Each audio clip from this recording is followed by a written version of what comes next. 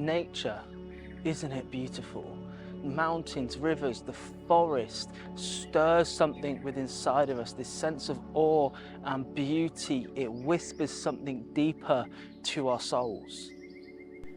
It's moments and spaces like this that awaken the senses, stirring your soul to recognize the divine in the world around us and making the invisible God visible.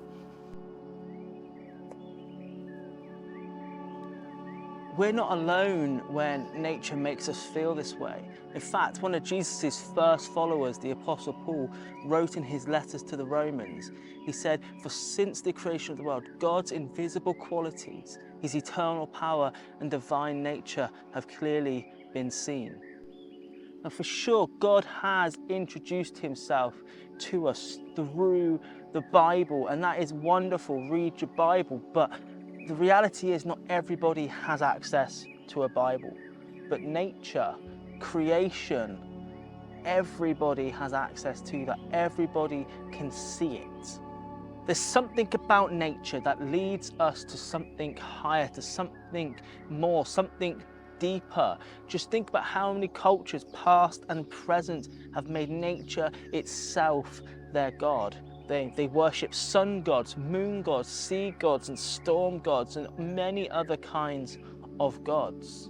But the thing is, the beauty and the power, which, yes, inspired people to worship elements of nature itself, is really the work of the uncreated God, the God who handcrafted and molded all of nature, revealing himself to us.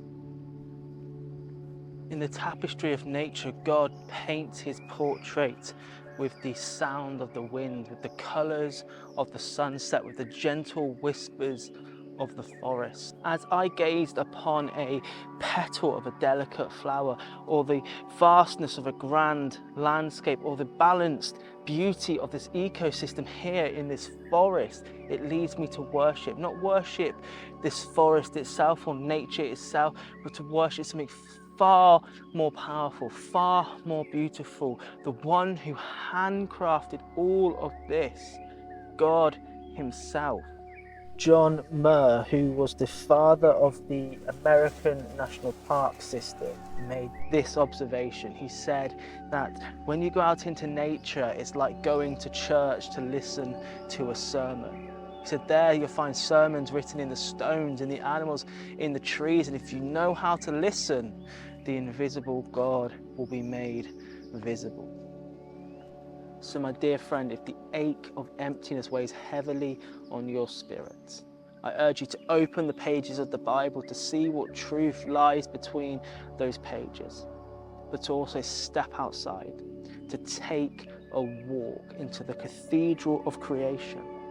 And there in the quiet embrace of nature, among the rustling leaves and the chorus of birdsong, you may find solace and peace, renewal and transformation, and the unmistakable presence of the one God who truly longs to know you intimately.